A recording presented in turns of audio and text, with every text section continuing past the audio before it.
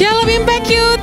Mari kita bangkit bersama-sama menaikkan pujian buat Tuhan dan kita mau terus bersinar untuk memuliakan namanya. Let's go.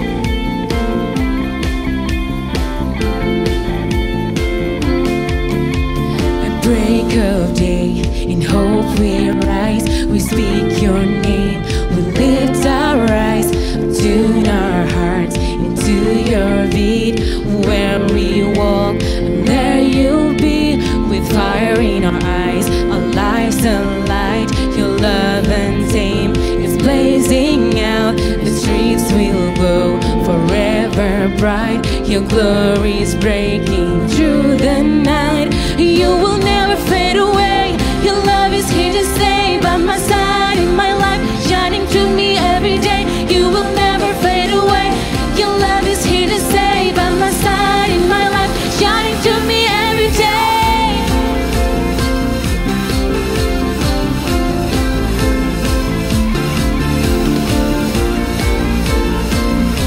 Come on, sing. You wake within me, Jesus. You wake within me, wake within me. You're in my heart forever. You wake within me, wake within me.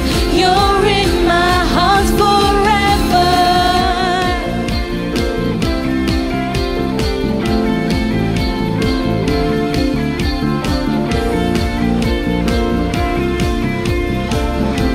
Oh, with fire in our eyes, our lives alight, your love untamed is blazing out, the streets will glow, forever bright, your glory is breaking through the night, oh you will never fade away, your love is here to stay by my side in my life, shining through me every day, you will never fade away, your love is here to stay by my side in my life, shining through me every day.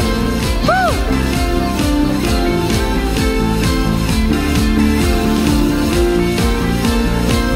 Mari kami nyanyikan bersama-sama, katakan you wake within me. You wake within me, wake within me. You're in my heart forever. You wake within me, wake within me. You're in my heart forever. Engkau Tuhan yang ada di dalam kami. Kau terus bekerja mengerjakan kemuliaan-Mu supaya kami terus bersinar mempermuliakan nama-Mu untuk selama-lamanya. Come on. Forever, forever, forever in your love. Forever, forever, forever in your love. Forever, forever, forever in your love. Forever, forever, forever. We know that.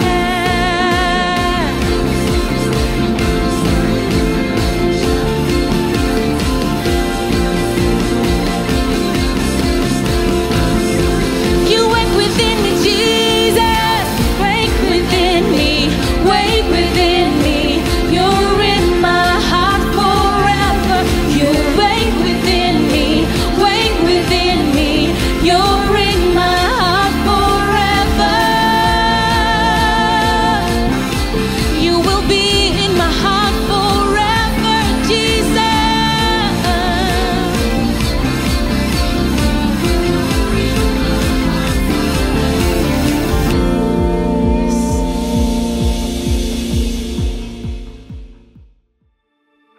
Ini kami Tuhan, kami mau mempersembahkan seluruh kehidupan kami. Dan kami mau setia sampai akhir hidup kami, mengikuti apa yang menjadi rencangan-Mu atas hidup kami.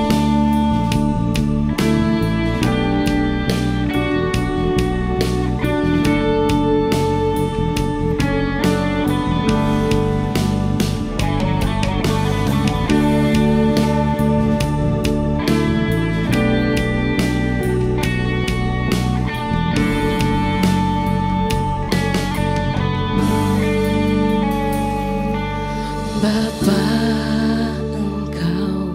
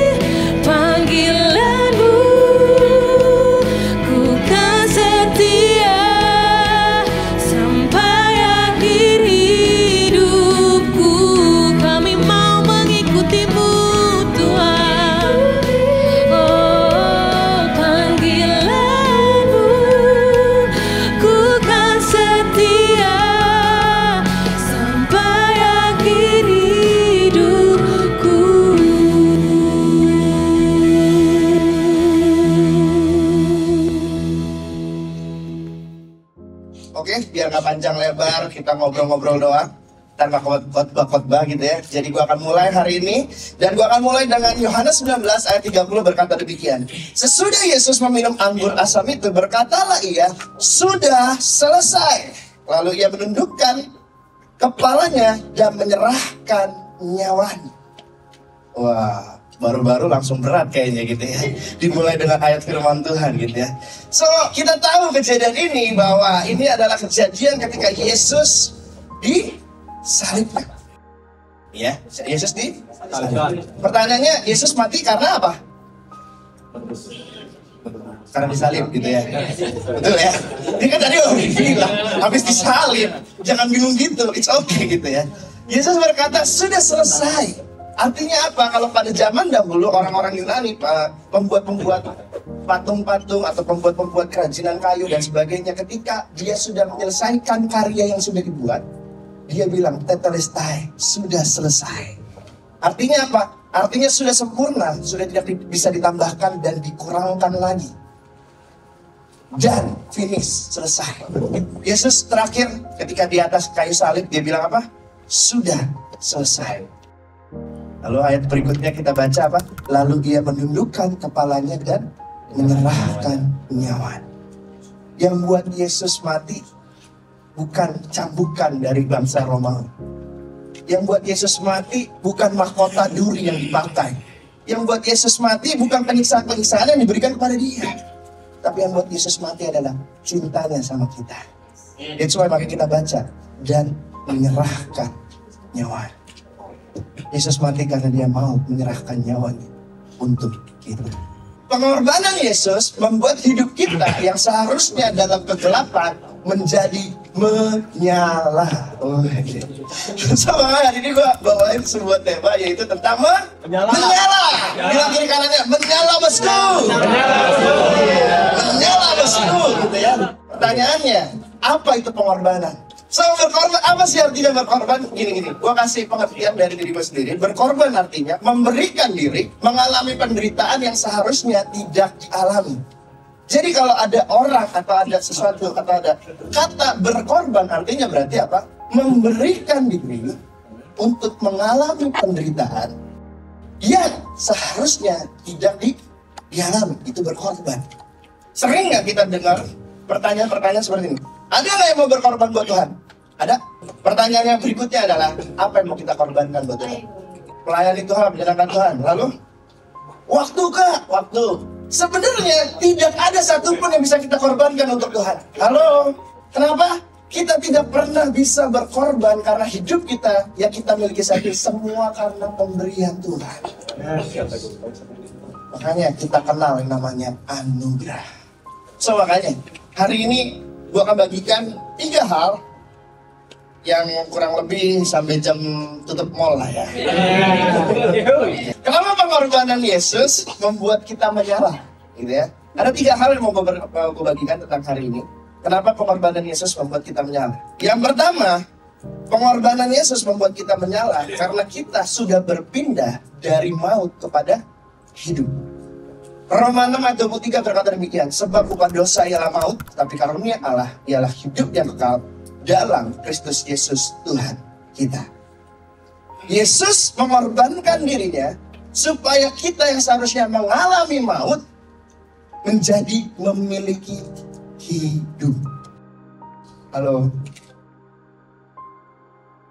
Gua selalu kasih gambaran maut begini. Maut itu apa sih? Secara simpel gue sering kali bagiin adalah keterpisahan kita dengan Tuhan.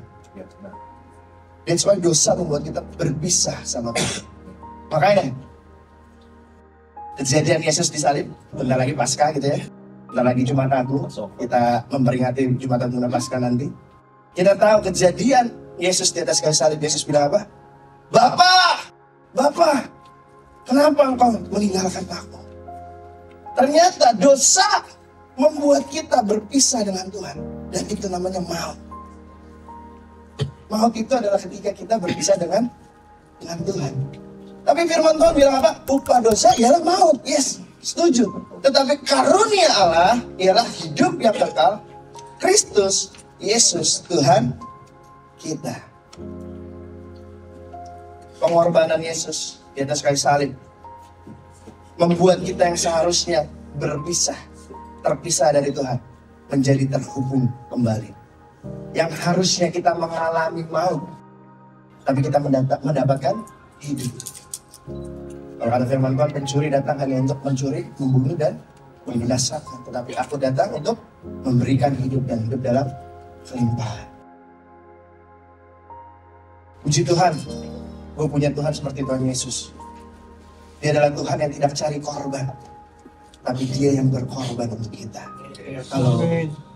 So, hidup kita menyala karena kita udah pindah nih dari yang harusnya mengalami maut untuk mengalami yang namanya hidup, dan hidup di dalam kekekalan.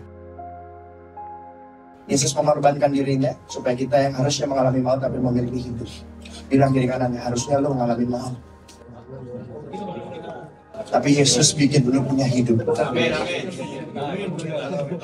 Iklan rokok aja tahu, bikin hidup makin hidup. Yesus bukan cuma bikin hidup makin hidup, bikin hidup menjadi kekal.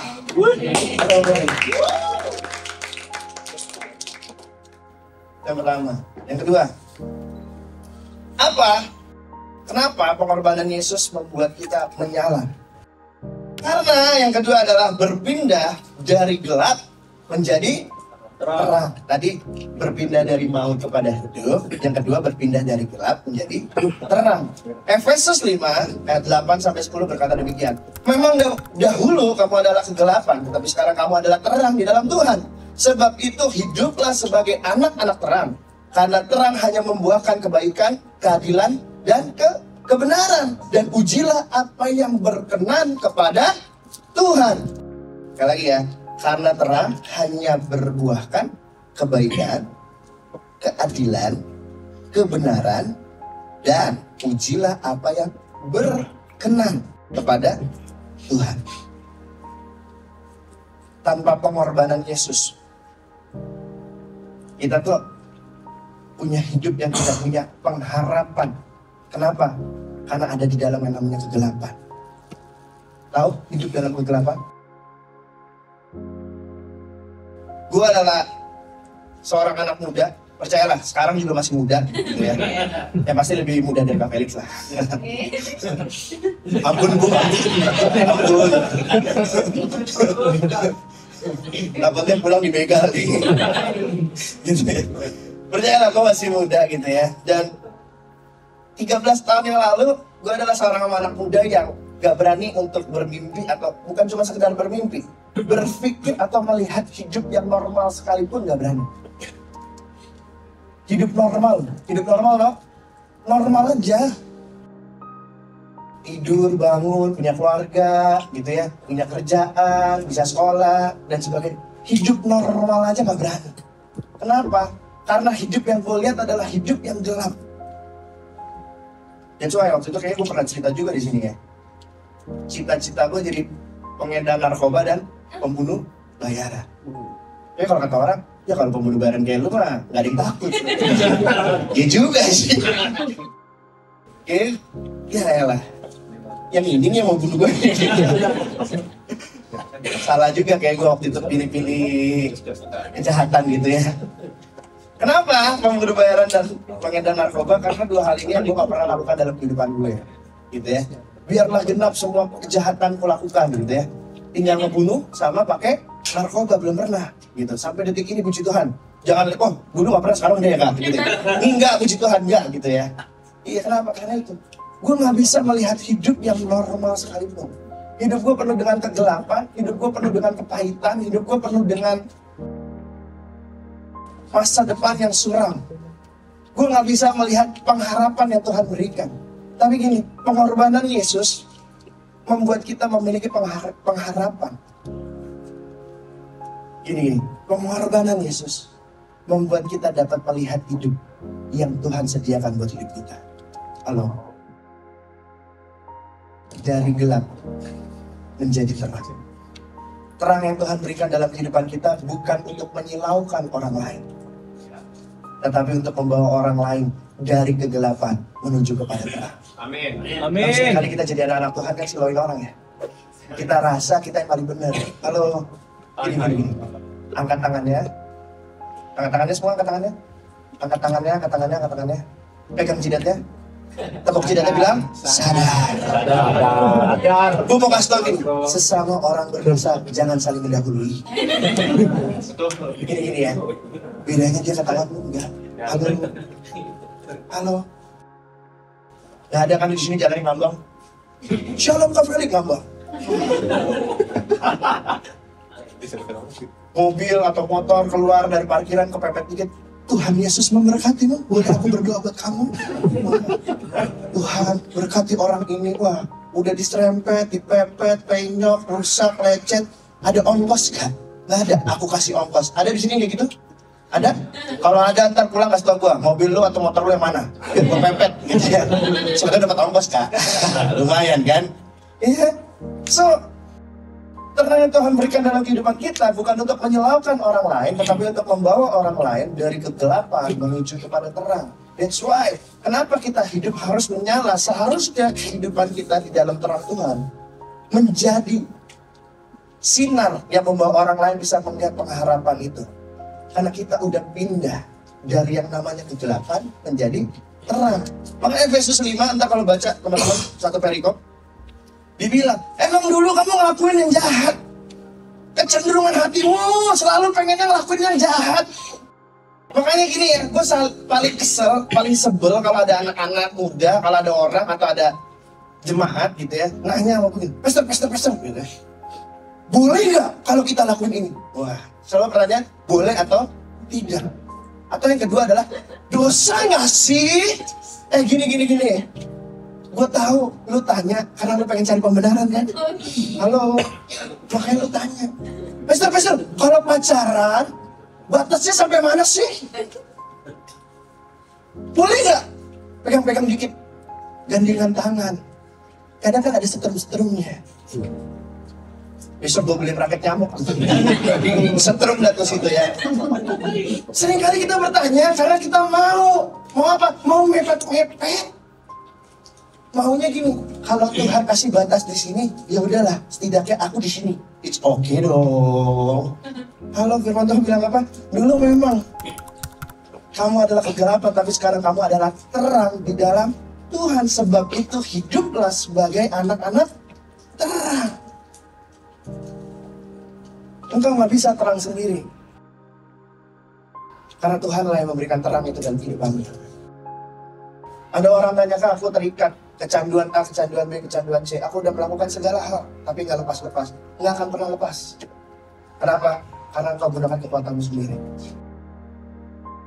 Kau betul tahu gini, setiap keterikatanmu sudah Yesus bayar lunas. Hidupmu jauh lebih berharga dari setiap dosa yang ada. Bilang kiri kanan, Yesus bukan menebus dosamu, tapi Yesus menebus dirimu. Halo. Yesus nggak cuma nebus dosa, men. Kalau cuma nebus dosa sayang banget. Matian Yesus cuma sekedar buat dosa. Yesus mati buat aku dan kamu. Halo. Yesus nggak mati buat dosa kita. Yesus mati buat kita. Supaya kita tidak tinggal di dalam dosa. So makanya kalau anak-anak Tuhan yang hidupnya di dalam terang, udah nggak mau tuh yang namanya gelap. Ini kan aneh ya, kita udah punya terang pengennya gelap. Gue selalu gini ya, dari waktu gue ini salah satu pelaku bullying mahir di Indonesia gitu. Kalau ada sertifikatnya gitu ya, pelatihannya yang bersertifikat, mungkin gue bisa dapat sertifikat grade A. Karena, wah, gue tuh sering nge-labelin orang dengan label-label yang gue kasih sendiri. Dan itu jadi label buat dia selama hidupnya. Dan akhirnya setelah gue bertobat, gue menyadari, ya Tuhan, sejahat itu mulutku, gitu ya. Mulutku emang mulut sampah gitu ya. Karena apa? Dulu ada orang, teman gue nih SMA, setiap hari, gini-gini. Ada gak sih yang merasa kata tua itu sebagai sebuah kata yang sangat-sangat menghancurkan hidup? Tua. Biasa aja kan? Biasa aja. Tua, biasa aja ya? Biasa buat kita. Tapi kalau itu jadi label buat orang lain, gak biasa. Gue udah punya teman setiap hari Gue panggilin, woi tua, sini lu tua. Gak pernah panggil nama. Pokoknya tua. Akhirnya apa? Semua satu sekolah sampai guru-guru manggilnya tua. Akhirnya apa? Akhirnya dia punya pandangan yang salah tentang diri. Dia hidup karena label yang gue berikan. Akhirnya apa? Waktu pas kuliah gue tanya sama teman-teman gue yang masih kuliah banget, gimana tuh kabar si tua? Aduh tua lagi tetap ya kan? Kacau bro, kok kacau? Gak punya teman. Kenapa? Minder, malu. Loh kenapa begitu? Ya gak tahu. Pokoknya dia gak pernah mau bergaul dengan siapa. Dan disitu gue sadari, gue udah merusak hidupnya dia. Gue udah merusak hidupnya dia. Seringkali mungkin simpel buat kita sebuah label, tapi seringkali gak simpel buat orang lain. Dan gini-gini, siapapun di sini yang punya label-label yang mengikat-ikat itu ya, gue kasih tahu, hidupmu gak karena label itu, tapi hidupmu karena kebenaran. Engkau berharga di mata Tuhan. Dan suatu Tuhan mati buat kamu. Yang ketiga dan yang terakhir, kenapa pengorbanan Yesus membuat hidup kita menyala? Karena kita berpindah dari budak menjadi anak. Jauh tuh statusnya. Dari budak jadi anak. Tahu nggak gambaran budak pada saat zaman dulu itu, zaman Yesus?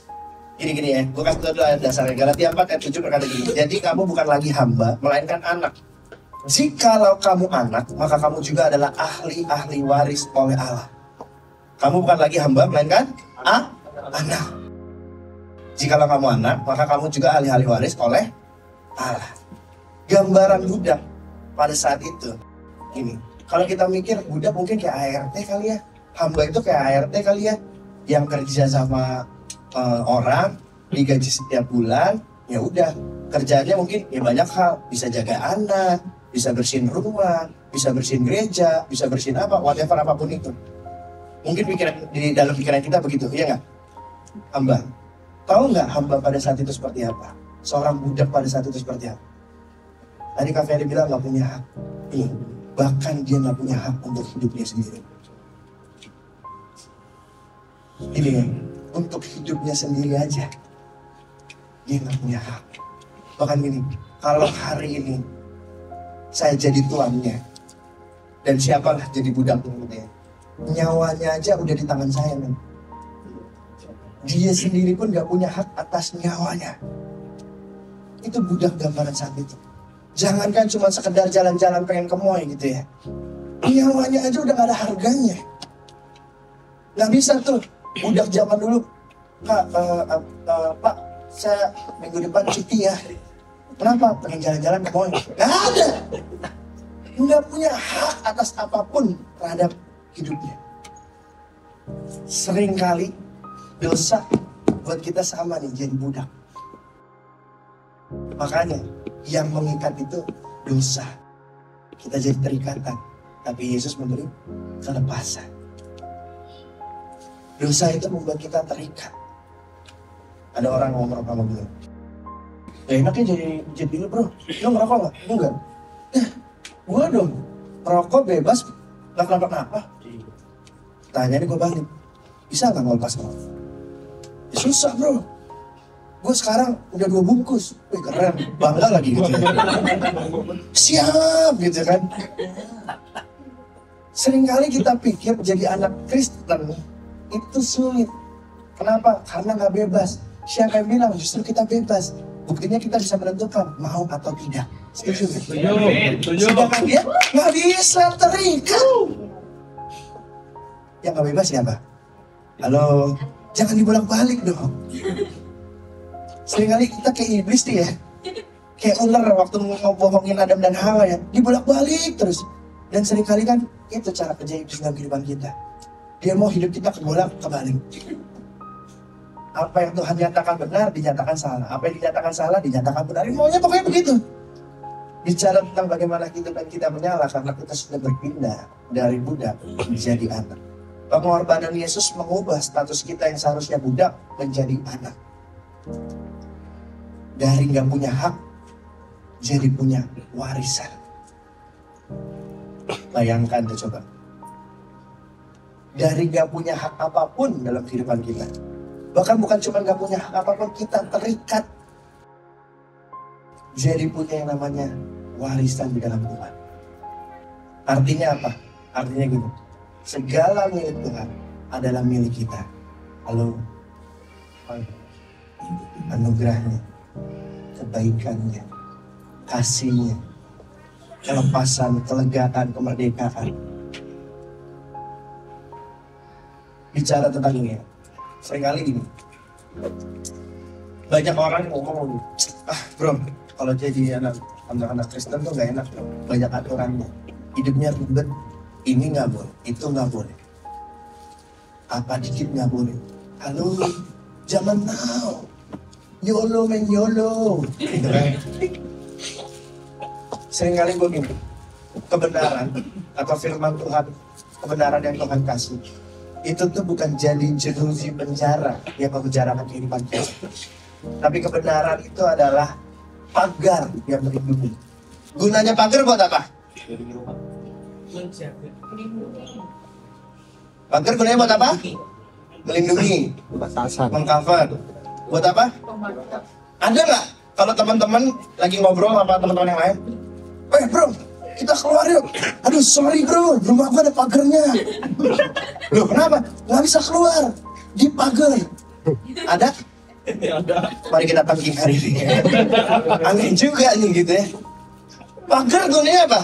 Menjaga yang dari luar nggak masuk ke dalam. Bukan buat yang dari dalam nggak bisa keluar. Benar nggak? Betul ya? Betul ya? Tapi kalau kita ada di dalam penjara, jeruji besi, bisakah kita keluar? Enggak. Penjara gunanya buat menjaga yang dari dalam nggak bisa keluar. Nah, firman Tuhan itu bukan penjara. Tapi seringkali kita lihat kebenaran sebagai penjara. Pengorbanan Yesus nggak bikin lo jadi di penjara. Yesus mati supaya lo bisa merdeka. Yesus mati supaya lo nggak terikat. Tapi kenapa kita merasa sebagai anak Tuhan hidup kita terikat? Kan aneh. Setiap kebenaran gue kasih perumpamaan itu seperti pagar. Karena tadi ya, pencuri datang hanya untuk mencuri, membunuh, membinasakan. Pencuri datangnya dari mana? Dari luar ke dalam. That's why butuh yang namanya pagar. Supaya apa? Supaya nggak kecurian. Kenapa?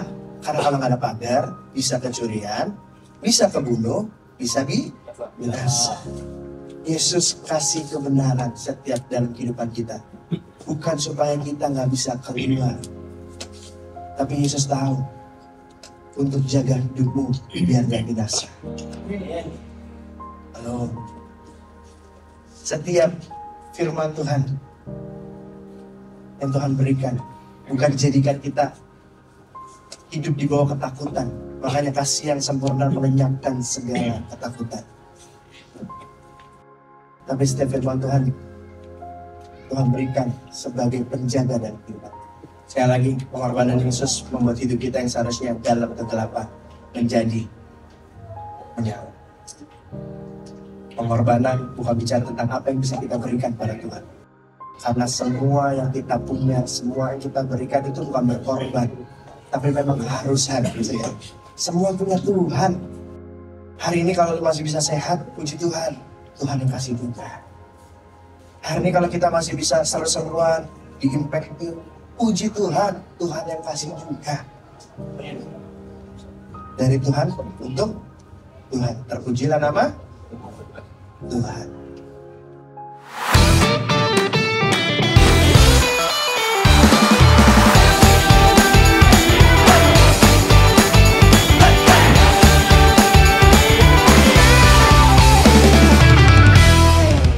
Pastinya teman-teman diberkati, terus ikuti Impact Youth yang ada setiap hari Sabtu jam 5 sore waktu Indonesia Barat secara online di YouTube channelnya Impact Community Indonesia.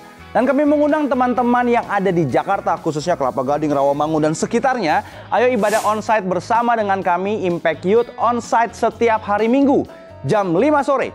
Setiap hari Minggu jam 5 sore waktu Indonesia Barat, di mana? Di Gereja ICI, Gereja Impact Community Indonesia, di Mall of Indonesia lantai P3. Jadi kami tunggu kehadiran teman-teman semua setiap hari Minggu jam 5 sore. Dan kami juga mengajak teman-teman semua bergabung bersama dengan kami, bertumbuh secara rohani dalam komunitas sel yang ada yang kami beri nama Impact Family. Teman-teman bisa mendaftarkan diri Anda, tinggal scan QR Code yang ada, nanti akan diarahkan ke grup WhatsApp. Terus kalian bisa Zoom bareng-bareng online di sana. Ada komunitas sel, Komsel Impact Family 2 minggu sekali sesuai segmennya teman-teman. Yang pelajar sama pelajar, mahasiswa sama mahasiswa, yang udah kerja sama udah kerja. Pastikan teman-teman punya keluarga yang saling support satu dengan lainnya. Untuk teman-teman juga yang di Jakarta, Bandung, dan Surabaya, kalian ada juga Komsel onsite yang ada. Jadi jangan lupa untuk hubungi di call center yang ada, juga call center Impact Youth yang ada. Ada Komsel setiap Sabtunya, teman-teman bisa bersama dengan kami juga untuk bertumbuh di dalam Tuhan. Impact Youth juga ada pelayanan Impact Youth Goes to Campus untuk teman-teman yang tahun ini punya persekutuan doa, punya teman-teman segrup yang ada yang mau kami layani bersama-sama baik di kampus, sekolah, apapun itu, kami siap melayani teman-teman semua. Kami siap untuk sama-sama dimuridkan untuk menjadi seperti apa yang Tuhan mau. Jangan sungkan-sungkan. Hubungi call center yang ada, nanti kami siap melayani teman-teman semua. Dan terakhir, bagi teman-teman yang mau mendukung pelayanan Yayasan Tangan Pengharapan, seperti yang kalian tahu, dalam segala yang dikerjakan, jangan lupa beli kaos keren ini. Banyak banget kaosnya, banyak merchandise pilihan yang kalian bisa pilih untuk kalian mensupport setiap pergerakan pelayanan Yayasan Tangan Pengharapan. Karena you buy means you donate. Itu aja teman-teman semua, sampai ketemu minggu depan. Bye-bye.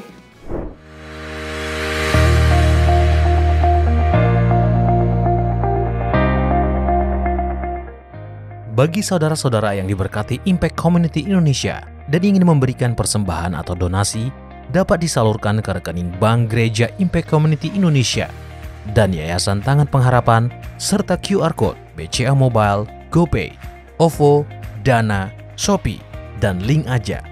Ibadah Impact Community Indonesia menjadi 5 sesi. Ibadah jam 8 pagi, jam 10, jam 12 siang, jam 3 sore, dan jam 5 sore. Seluruh ibadah berlangsung onsite di Mall of Indonesia, lantai P3, Kelapa Gading, Jakarta Utara. Bagi jemaat yang ingin mengikuti secara online, ibadah live streaming dapat diikuti pada pukul 10 pagi waktu Indonesia Barat di YouTube Impact Community Indonesia. Mari bersama-sama untuk datang dan mengikuti 60 Minute Worship secara onsite setiap Rabu malam pukul 19.30 waktu Indonesia Barat, langsung di Gereja Impact Community Indonesia, Mall of Indonesia lantai P3. Mari bawa keluarga dan ajak orang-orang yang Anda kasihi. Impact Community Indonesia Friday Service. Ibadah setiap hari Jumat yang ditayangkan secara online pukul 19 waktu Indonesia Barat. Ibadah Saturday Service. Ibadah Sabtu Impact Community Indonesia ditayangkan online setiap Sabtu pukul 19 waktu Indonesia Barat di YouTube Impact Community Indonesia dan YouTube Henny Kristianus. Setiap ibadah online Impact Community Indonesia sudah tersedia subtitle dalam bahasa Indonesia, bahasa Inggris, dan Mandarin. Anda dapat mengaktifkan dengan klik tombol CC atau closed caption pada layar Anda. Spesial bagi kaum muda, ibadah Impact Youth pukul 17 waktu Indonesia Barat di Mall of Indonesia lantai P3. Bagi jemaat di luar kota Jakarta dapat menyaksikan ibadah youth secara online di YouTube Impact Community Indonesia. Bagi Anda yang ingin tahu lebih banyak tentang firman Tuhan, dapat bergabung dalam Bible Study Impact Community Indonesia melalui virtual setiap 2 minggu sekali pada hari Sabtu pukul 9 pagi waktu Indonesia Barat. Pendaftaran ini gratis dan dapat dilakukan dengan mengisi form registrasi melalui scan QR Code atau dapat menghubungi nomor yang tertera di layar Anda. Saksikan Menabur Cinta untuk Indonesia setiap Sabtu jam 11 waktu Indonesia Barat di YouTube Tangan Pengharapan. Ikuti Daily Devotion setiap hari Senin sampai dengan Jumat jam 6 pagi waktu Indonesia Barat di YouTube Henny Kristianus serta pukul 7 pagi waktu Indonesia Barat di YouTube Yohanes Kristianus. Impact Community Indonesia memiliki sebuah komunitas untuk kita bertumbuh bersama. Bagi Bapak Ibu Saudara yang ingin bergabung di Komsel Impact Community Indonesia, dapat mengisi link form pendaftaran di bawah ini. Bagi Anda yang rindu menjadi jemaat Impact Community Indonesia, dapat mengisi Google Form atau scan QR Code di layar Anda. saudara dapat mengirimkan permohonan pelayanan doa dan konseling. Atau jika Anda memiliki doa yang terjawab, serta kesaksian atas jawaban doa Anda, melalui Google Form, WhatsApp, atau email impactcommunity.id@gmail.com. Bagi Anda yang rindu untuk dibaptis, Anda dapat mendaftarkan diri Anda dengan scan QR Code yang ada di layar kaca atau menghubungi kami di 0811 9777 745. Tangan Pengharapan memproduksi merchandise Positive by YTP dan batik Tangan Pengharapan untuk menolong pendidikan anak-anak pedalaman Indonesia. Pembelian dapat dilakukan di online store Tangan Pengharapan, di Tokopedia, Shopee, dan WhatsApp merchandise Tangan Pengharapan di 0813 1100 5568. Temukan dan ikuti media sosial kami di YouTube dan Instagram Impact Community Indonesia.